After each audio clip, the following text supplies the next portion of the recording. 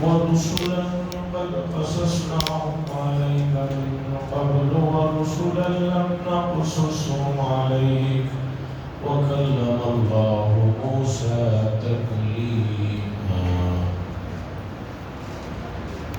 حضرات، یہ آیت 6 پارے کی ایک آیت ہے. اس آیت میں جو مضمون ہے یقین مانیے بڑا مضمون ہے.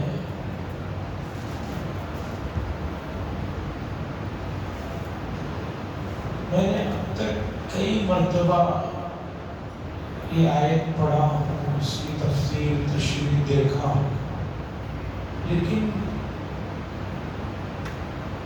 ابھی قریب میں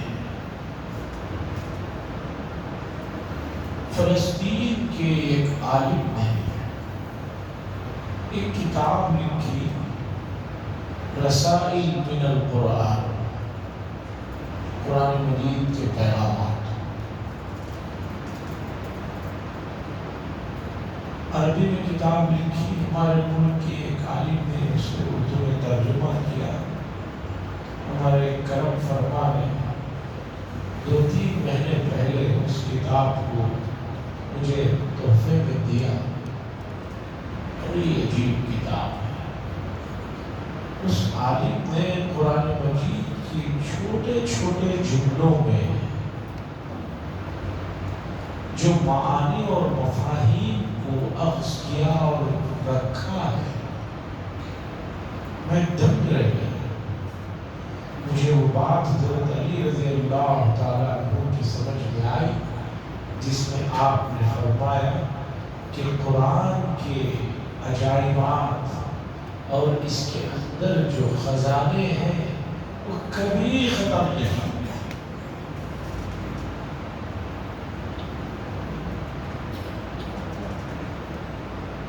آیت کا ترجمہ پہلے سنیے. اللہ فرماتے ہیں، اس سے پہلے اللہ نے بہت سے انبیاء کا تذکرہ کیا اور ان کے ناموں کو ذکر کیا 6 پارے میں. اس کے بعد اللہ فرماتے ہیں اور کچھ رسول ہیں رسولا قد قصصناہم علیک، جن کے واقعات ہم نے آپ کو سنائے ہیں. اور کچھ رسول ہیں لم نقصصہم علیک، جن کے واقعات ہم نے آپ کو نہیں سنا. وَكَلَّمَ اللَّهُ مُوسَىٰ تَكْلِيمًا، اور اللہ تعالیٰ نے موسیٰ علیہ السلام سے براہ راست گفتگو فرمایا، کلام فرمایا. یہ آیت کا ترجمہ ہے. اب سنیے اس فلسطینی عالم نے اس آیت کریمہ کو کس ویژن میں دیکھا ہے اور اس آدمی کی نظر کہاں پڑی ہے، اور موجودہ حالات میں اس آیت کو اگر ہم سمجھیں اس کے اندر کے ویژن تو بے شمار مسائل حل ہو جائیں. سب سے پہلے یہ سنیے، یہ تو آپ نے سنا ہی ہوگا کہ انبیاء علیہ السلام کی تعداد 1,24,000 ہے، اور ایک روایت ہے 1,80,000، اور جن میں رسولوں کی تعداد ہے 313. اور قرآن مجید میں انبیاء علیہ السلام کے جو نام آئے ہیں وہ صرف 25 نام آئے. کتنے نام آئے؟ 25 نام آئے. اور احادیث میں بعض نام آئے. تو کل ملا کر سمجھیے کہ 50 سے 60، 50 بھی شاید نہ ہوتے ہو، اتنے انبیاء کا تذکرہ ہے. 25 کا تو قرآن نے ذکر کیا، اور ان 25 انبیاء کا ذکر کرتے ہوئے بھی قرآن نے بعض انبیاء کے صرف نام ذکر کیے، ان کا کوئی واقعہ، ان کے کچھ حالات نہیں ذکر. بلکہ میں سمجھتا ہوں کہ ہم میں سے بہت سے کردہ بعض انبیاء کے ناموں سے بھی ناواقف تھا، چونکہ معاشرے میں ان ناموں کو رکھنے کا رواج بھی نہیں ہے۔ مثلا انبیاء کے تذکرے میں ایک نبی کا ذکر قرآن نے 2 بار ذکر کیا، ذوالکفل۔ آپ نے کبھی کسی بچے کا نام ذوالکفل نہیں دیکھا ہوگا، نہ سنا ہوگا، نبی ہے جسے قرآن نے ذکر کیا۔ دوسرے نمبر پر الیسع والیسع، یہ نبی کا نام ہے، یہ بھی قرآن نے 2 مرتبہ ذکر کیا۔ ان کے بھی کوئی حالات قرآن نے نہیں ذکر کیے، کوئی واقعات نہیں ذکر کیے، نبی ہے یہ، قرآن نے ذکر کیا انبیاء کی فہرست میں۔ قرآن جو پڑھتے ہیں انہوں نے کبھی توجہ دی تو دی ہوگی، نہیں تو ہم میں سے بہت سے لوگ ایسے ہیں جن کو یہ بھی نہیں معلوم ایک نبی گزرے ہیں جن کا ذکر قرآن نے اللہ نے جن کا ذکر قرآن میں کیا، اور ان کا نام ہے الیسع۔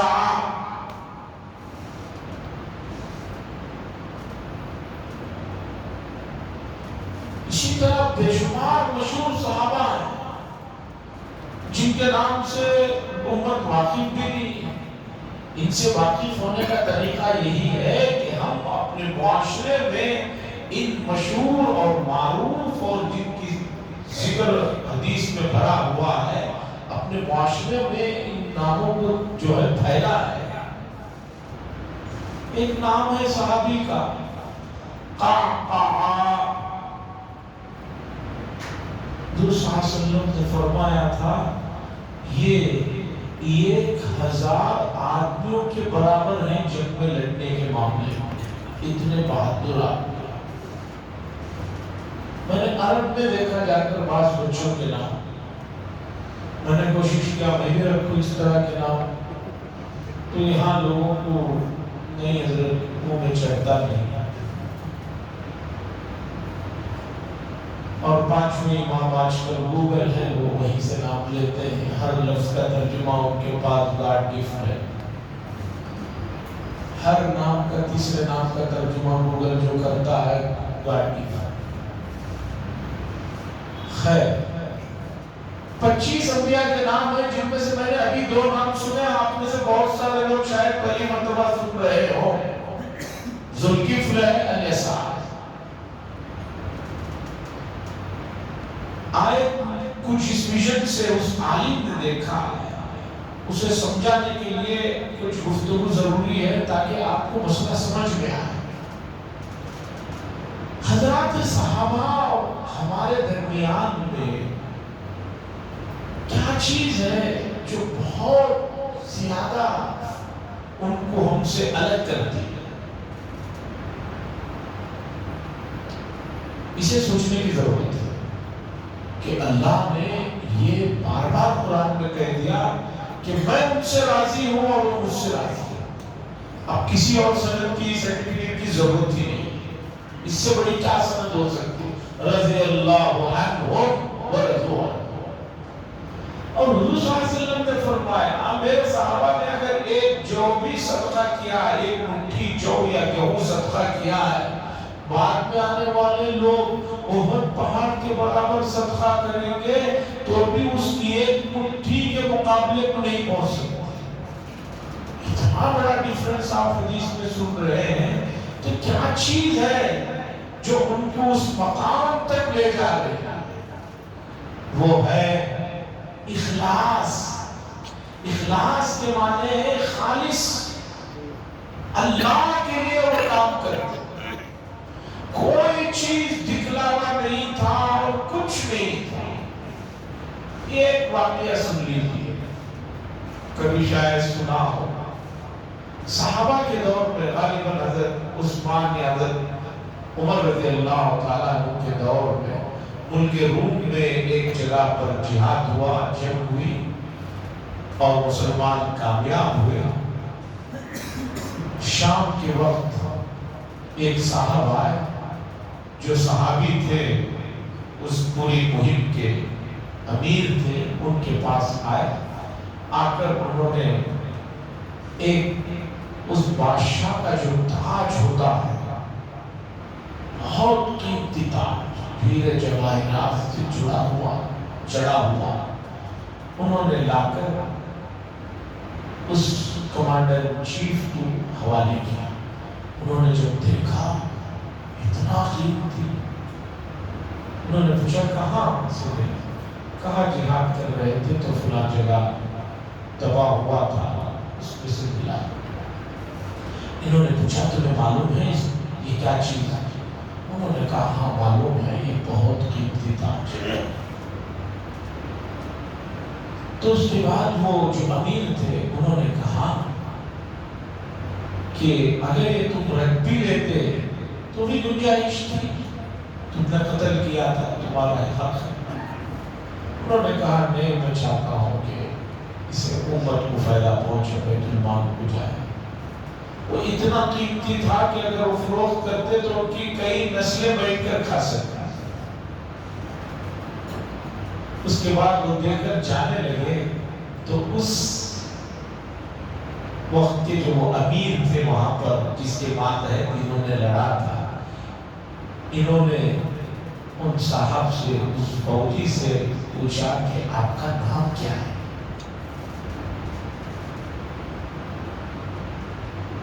انہوں نے کیا پیارا جملہ کہا، ان صاحب نے کہا میں نے جس کے لیے کام کیا ہے وہ میرا نام جانتا ہے، آپ کو جاننے کی ضرورت نہیں ہے، کہہ کر چلے۔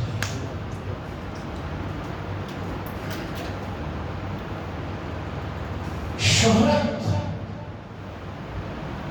اپنے نام کی عزت، اپنے لیے بڑھن پر، یہ ایسا مسئلہ ہے کہ یہ آسانی سے ختم نہیں ہوتا ہے۔ اب سنیے اس عالم نے کیا لکھا ہے اس آیت کے ذیل میں۔ اللہ فرما رہے ہیں اور ہم ہیں کہ کچھ رسولوں کے قصے آپ کو سنائے ہیں، اور کچھ رسول ہیں جن کا تذکرہ ہم نے نہیں کیا۔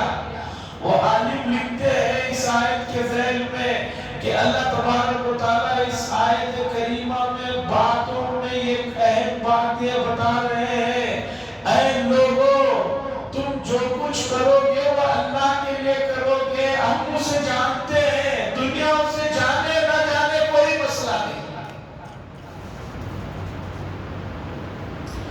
آج پوری دنیا کا، سبھی انسانوں کا، اور خاص طور پر امت مسلمہ کا، وہ چاہتے ہیں، اپنا نام چاہتے ہیں، اپنا رتبہ، اپنی شہرت، اپنے لیے یہ سب کچھ کرتے رہتے ہیں۔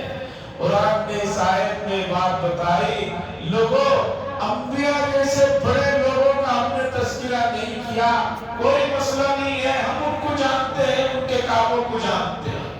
تو ہمیں بھی اس مہینے میں اور اس کے بعد کی پوری زندگی میں نیک کام کرتے ہوئے یہ ذہن میں رکھنا چاہیے کہ میں یہ جو کام کر رہا ہوں اسے اللہ جانتا ہے، دوسرا کوئی جانے یا نہ جانے۔ جیسے ان فوجی صحابی نے کہا تھا ان سے، جس کے لیے میں نے کیا ہے وہ میرا نام جانتا ہے، بس ہے، مجھے دوسروں سے کوئی مسئلہ نہیں ہے۔ اگر ہم میں بھی اخلاص اس درجے کا آ جائے تو یہ سمجھیے کہ بہت بڑی دولت ہے، اس سے بڑی کوئی دولت نہیں ہے۔ آج اخلاص کی کمی ہے، اور حدیث میں آیا ہے قیامت کے دن اللہ کے نبی نے فرمایا سب سے پہلے لوگوں کے قلوب سے اخلاص کو اٹھا لیا جائے گا، پوری مسجد بھری ہوئی ہوگی، اور اس مسجد بھری ہوئی مسجد میں کوئی ایک آدمی بھی اللہ کے لیے نماز پڑھنے والا نہیں ہوگا، لیکن سب پڑھ رہے ہیں۔ عزیزان گرامی، اخلاص پیدا کیجیے، اور ایک تقوی سے آتا ہے، اور جس قدر تقوی آپ کے اندر آئے گا اخلاص بھی آتا جائے۔ یہ دونوں لازم و ملزوم چیزیں ہیں۔ اگر یہ چیز ہمیں میسر ہو گئی، یقین مانیے کہ مہینہ جو گزر رہا ہے کوئی ہمارے لیے جو ہے نقصان کا سودا نہیں، بہت بڑا سودا ہے۔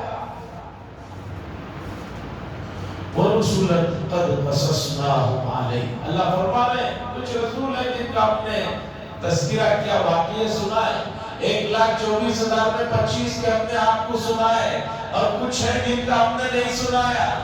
یہ جو نہیں سنایا ہے یہ کوئی کم درجے کے یا غیر مقبول لوگ نہیں ہیں، ہم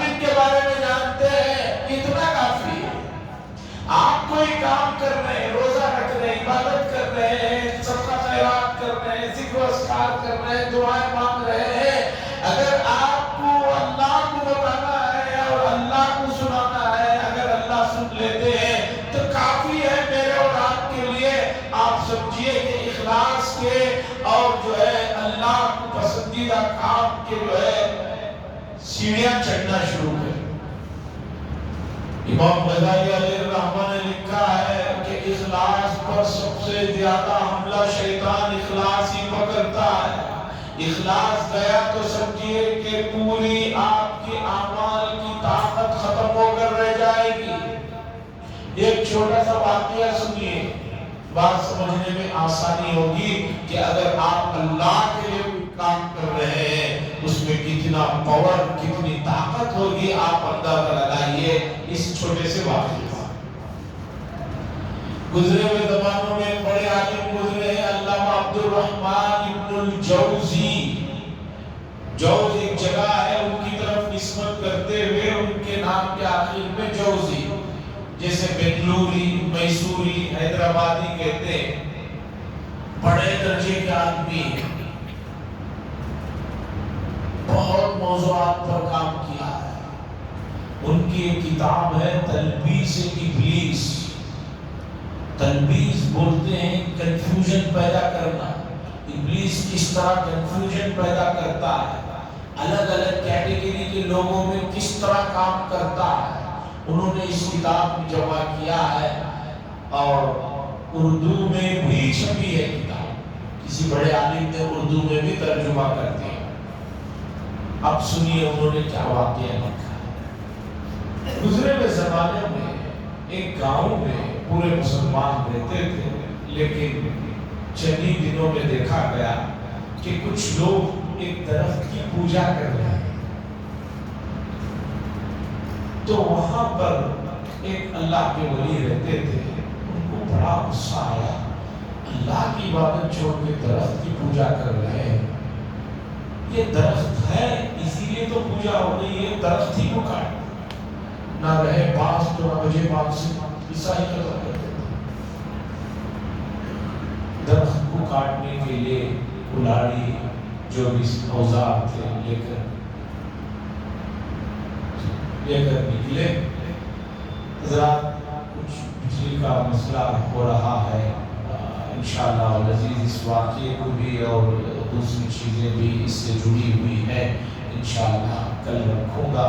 اللہ سے دعا فرمائے اللہ تبارک و تعالی اخلاص دولت سے ہم سب کو مالا مال فرمائے۔ وآخر دعوانا الحمدللہ رب العالمین، الحمدللہ رب العالمین والعاقبۃ للمتقین، والصلاة والسلام علی سید المرسلین وعلى آلہ وصحبہ اجمعین، صلی اللہ تعالی وسلم علی خیر خلق محمد وعلى آلہ وصحبہ اجمعین، والحمدللہ۔